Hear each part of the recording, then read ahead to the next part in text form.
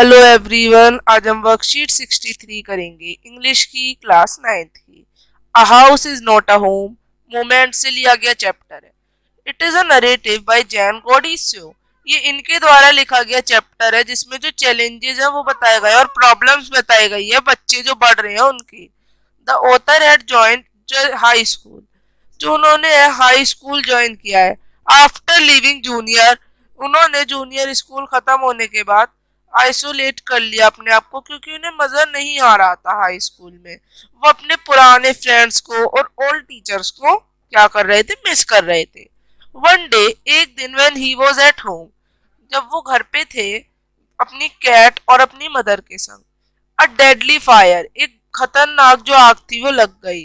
वो जल्दी जल्दी बाहर भागे, but his mother went inside, पर उनकी मदर जो थी वो अंदर गई टू सेव पिक्चर्स, कुछ जरूरी कागजात, कुछ पिक्चर्स और उसके जो मरे हुए फादर थे उनके लेटर्स वगैरह बचाने के लिए। तभी क्या हुआ, I ran over and hugged her. All those time I argued with her and hated her, vanished at the thought of losing her. कि जो पोएट है वो कैट को बहुत प्यार करते थे, पर जब जो थी जब उनकी आग लगी तो उन्होंने थोड़ी देर बाद जब कैट को देखने की कोशिश की तो उनकी कैट नहीं मिली, जिससे वो और दुखी हो गए। They had to spend that night in their grandparents house. वो रात उन्होंने अपने ग्रैंड पेरेंट के घर गुजारी। अगले दिन उन्होंने क्लोथ, शूज और मनी जो थी वो ली, थोड़ी बहुत खरीदे सामान वामान, है ना। और उसके बाद एक प्लेस चले गए। All the security I had known from my old school, my friend, my house and my cat had all been right away.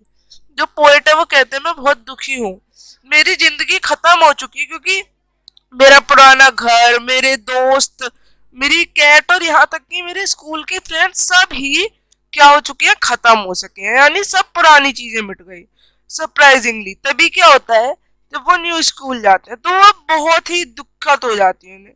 बच्चे समझ जाते हैं कि उनके घर में फायर लगी है, पता चल जाता है, और वो बहुत ही दुखी हो जाते हैं। सभी बच्चे क्या करते हैं, सभी बच्चे उसकी हेल्प करते हैं text book, other usual things खरीदने में, और उसके बाद उसकी मदद करते रहते हैं धीमे धीमे जितनी भी उनसे मदद होती है। तो उस दिन जब पोएट को ये अच्छा लगा, वो कहते हैं I made friends that day.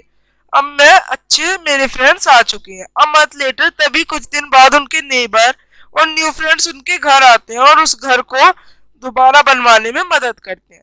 तभी एक वुमेन आती है जो कि पूछते हुए आती है कैट किसकी है, कैट किसकी है, और फिर वो उनके घर आती है तो उन्हें पता चल जाता है कि वो उनकी कैट है। तो इस तरह से उनके संग अच्छी अच्छी चीजें होती हैं।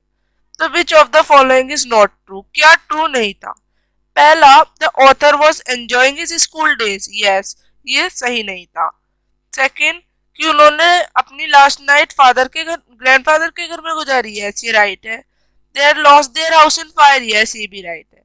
The author's house was getting renovated, उनका घर पेंट वेंट मतलब रिनोवेटेड, नया मतलब पेंट वगैरह होके बन रहा था, नो। सी आपका सही है, फर्स्ट और फोर्थ गलत है। अब which of the following words जो थे प्लाइट का मतलब नहीं है। तो प्लाइट का मतलब होता है बहुत ही दुखी, कोई परेशानी होना, तो यहाँ पे जॉय इसका मतलब नहीं है। Third, why did the author feel isolated in high school. The author field isolated, वो आइसोलेटेड इसीलिए फील कर रहे थे क्योंकि वो अनकंफर्टेबल फील कर रहे थे अपने न्यू स्कूल में, क्योंकि उनके ओल्ड स्कूल की मेमोरीज अब खत्म हो चुकी थी। और तभी एक फायर लग जाती है जिससे उनको सब कुछ खत्म हो जाता है। अब what happened to their house, अब उनके घर में क्या होता है और उनकी मदर अंदर क्यों जाती है। The writers father had died, उनके पिता मर चुके थे और वो बहुत ही यंग थे। उनकी मदर के घर में जो थी वो आग लग चुकी थी और वो अपने हस्बैंड की पिक्चर्स और लेटर्स बचाने के लिए जाते हैं। Fifth, I ran over and hugged her. Can you explain what did the author realize in that moment? I ran and over hugged her. इसका मतलब है कि जो कैट है वो बहुत रो, वो जो कैट थी उनकी ऑथर की वो खो जाती है, जिससे वो बहुत ही रोते हैं, दुखी होते हैं और परेशान होते हैं, क्योंकि उसे बहुत अच्छी लगती थी। If there was no fire, अगर कोई फायर नहीं होती तो कैसे एंड होता। If there were no fire, अगर फायर नहीं होती तो उनके फ्रेंड बन जाते अच्छे अच्छे, और फिर वो हैप्पी रहने लगते, उनकी लाइफ हैप्पीली चलती, सब खेलते और वो आराम से क्या करते, अपनी लाइफ में इंटरेस्ट लेकर क्या करते, जीते। तो इस तरह से यहाँ पे बताया गया है आप लोगों को, आप इसको जान सकते हैं। तो आइए अब हम आगे जानते हैं। अगला क्वेश्चन जो है वो लॉन्ग है, सेवंथ। सेवंथ है कि आप सोचे कि स्टूडेंट्स हैं जिन्होंने अपना नया स्कूल ज्वाइन किया, तो आप अपने फ्रेंड्स के संग कैसे मिलेंगे। फर्स्ट मैं उनके नाम जानूंगा, ही शी जानूंगा, कैसे है वो जानूंगा। देन मैं उनसे पूछूंगा कि आप मेरे फ्रेंड बनोगे, उनको अपने बारे में बताऊंगा, कैसा हूँ, उनके संग कैसा ट्रीट करूंगा, ये सब। उनके संग खेलूंगा, लंच शेयर करूंगा, उनके पास क्लासरूम में बैठूंगा और एक्सचेंज करूंगा अपने आइटम्स को, दिखाऊंगा उन लोगों को, जिससे वो सब फ्रेंड बन जाएंगे। एट्थ, डू यू एग्री, क्या आप एग्री हैं ऑथर से जब उन्होंने कहा my cat was back and so I, मेरी कैट वापस आई और मैं भी।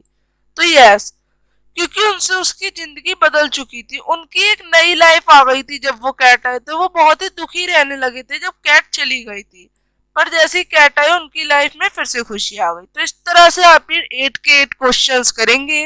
अब हम मिलेंगे अगली वर्कशीट्स के संग, तब तक के लिए बाय एवरीवन।